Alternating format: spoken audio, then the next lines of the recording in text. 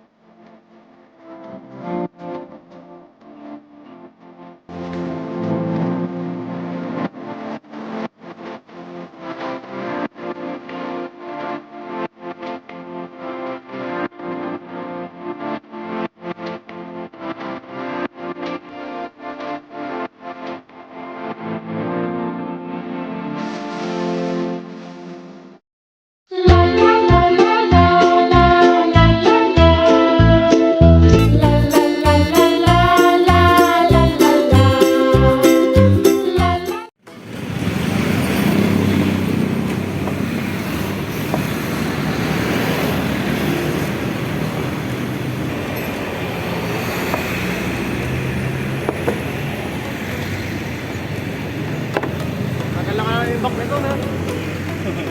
Mabuk na yun.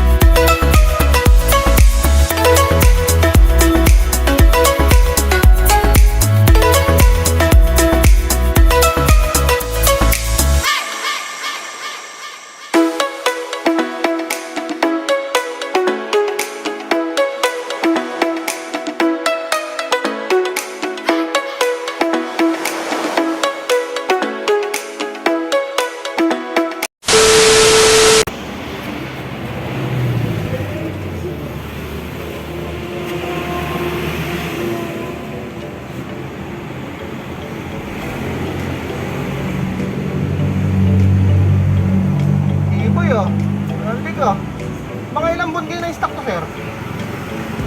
Hindi ko... May taon kaya? May taon?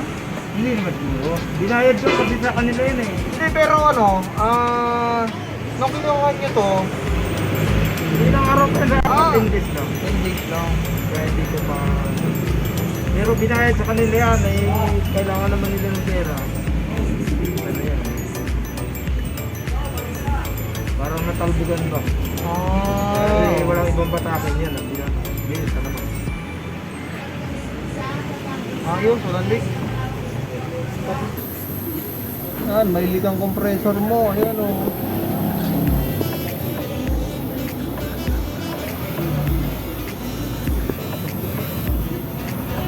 Ayan o. May leak ang compressor sa puwit. Yung sa, ano niya, sa pressure switch.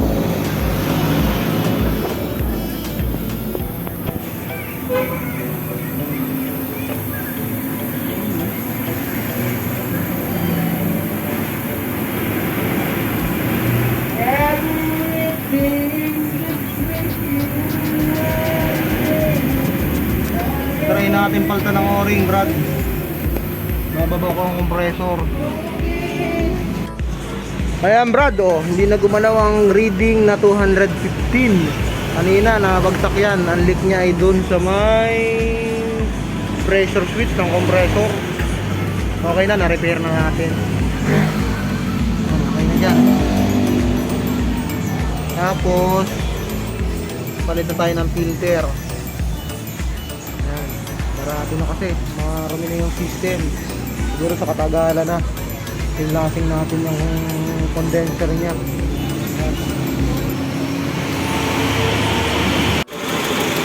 Ayan, okay na mga kalamig. Lumamig na, tumahimik na rin yung kompreso. Kanina sira yung belt niya, kaya taingay. Saka yung strong sa power steering, palit na rin ang belt. Naingay rin. Ito yung belt niya nga pala mga kalamig. Ayan mga kalamig, ito yung belt niya kanina sa alternator. Umiiyak. Ayan, sobrang ano na, kapaliti na talaga. Pag binuksan mo ang aircon, nagkaka-close, bibigat, iingay. Kaya pinalta namin ng pan belt. Basta naman sa aircon, tagad na yung tensioner niya. Kaya pinalta na rin namin ng bago.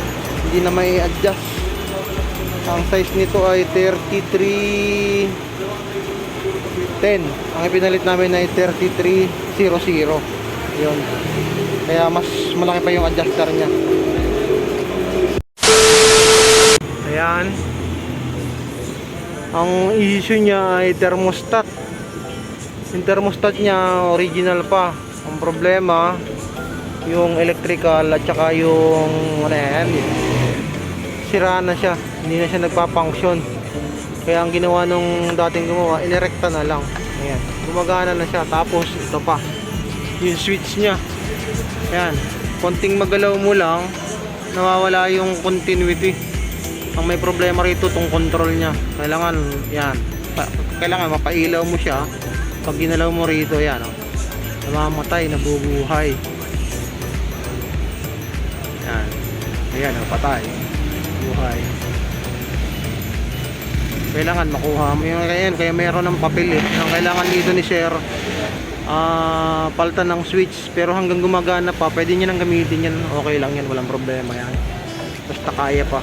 Kasi ang kalimitan sira nito yung mechanical sa loob. Kaysa i-convert mo ng manual, ganito ka na lang.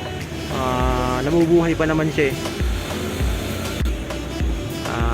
Sana nakatulong sa inyo ng konting kaalaman. Ayan. Tapos eto, yun nga, convert natin ng manual. Putulin lang natin tong wire na to, dalawa. Tapos yun na i-connect natin doon sa thermostat na ikakabit natin na manual. Pakita ko sa inyo mamaya kung paano natin gagawin. Ayan, ito mga kalamig, yung thermostat natin na manual. Ayan, ordinary na siya. I-convert natin yung auto compressor controller niya na electronics to. Hindi na siya nag-automatic kasi sira na, ginawa sa rectal na lang. Gagawin natin ngayon, puputulin natin sa linya, yung isang linya dun sa kabila. Ayan, dito.